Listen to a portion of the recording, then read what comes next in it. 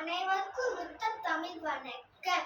ஓசையே உயிராய் ஒளியே உலகாய் விளங்கும் தமிழ் பாரம்பரிய இசைக்கருவிகள் நம் தொன்மை கலாச்சாரத்தின் இனிய துடிப்பு. இன்று 2 வள்ளுவரில் இருந்து நான் மனைவி மிச்ச தனபாலன் உரிமையை பற்றி பேச வந்துள்ளேன். உரிமை என்பது நாட்புற கோயில்களின் சடங்குகளிலும் கிராமிய திருவிழாக்களிலும் தவிர்க்க முடியாத ஒரு தொற்கருவியாகும். நீண்ட உருளை வடிவம் கொண்ட இக்கருவியின் ஒலியை ஒரு முனை குச்சியாலும் மறுமுனை வளைந்த குச்சியாலும் வாசிப்பதன் மூலம் கட்டுப்படுத்துவார். இதன் ஊடுருவ கூர்மையான ஒளித்தன்மை ஆட்டம் மற்றும் அருதேறுதல் சாமியாடுதல் நிகழ்ச்சிகளுக்கு உத்வேகம் அளிக்கிறது.